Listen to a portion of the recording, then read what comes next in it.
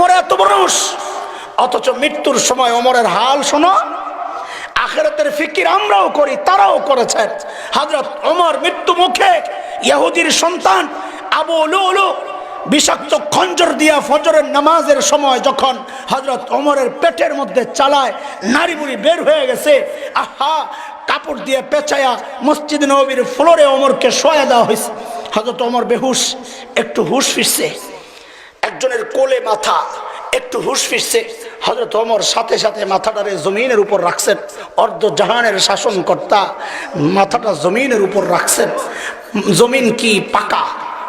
কথা বলে, টাইলস করা, মোজাইক কি ছিল? মাটি মাটি। হযরত ওমর মাথাটাকে জমিনের উপর রাখছেন, রেখে হযরত ওমর গালগুলা জমিনের সাথে এরকম ঘষতেছেন আর বলতেছেন, ওয়াইলুল লাকা ইয়া ওমর ইল্লাম ইয়াগফির লাকা রাব্বুক। ওমর, তোমার রব যদি তোমাকে ক্ষমা না করে তো তোমার জন্য ভয়ঙ্কর বিপদ অপেক্ষা করছে। ওমরের আখিরাতের এত টেনশন, আর আবু বকরের আখিরাতের টেনশন। হযরত আবু বকর নির্জনে চলে যেতেন দূরে, যায়া চিৎকার করে করে কাঁদতেন আর নিজেকে ধিক্কার দিয়ে দিয়া বলতেন, ইবনে আবি কুহাফা, ও আবু কুহাফার বেটা, তুই মানুষ কেন হইলি? তুই মানুষ কেন হইলি?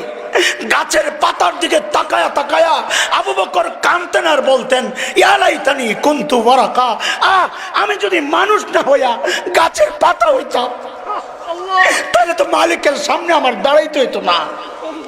ওমরের আখিরাত নিয়ে এত টেনশন, আবু বকরের আখিরাত নিয়ে এত টেনশন। যাদের করা দরকার আমার মতো পাপীদের, তাদের কোনো টেনশন নাই।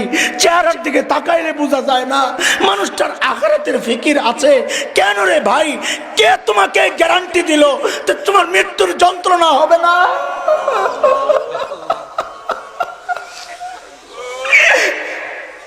কে গ্যারান্টি দিছে? কে গ্যারান্টি দিল যে কবরে আযাব হবে না?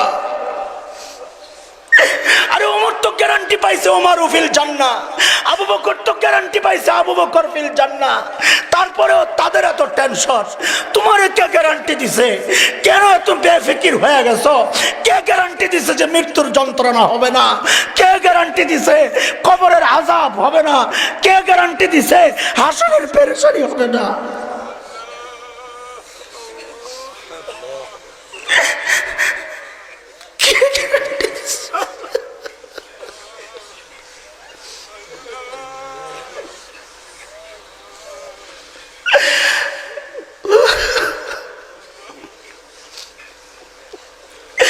কে গ্যারান্টি দিল রে ভাই যে আমাদের জাহান্নাম থেকে মুক্তি পাওয়া যাবে?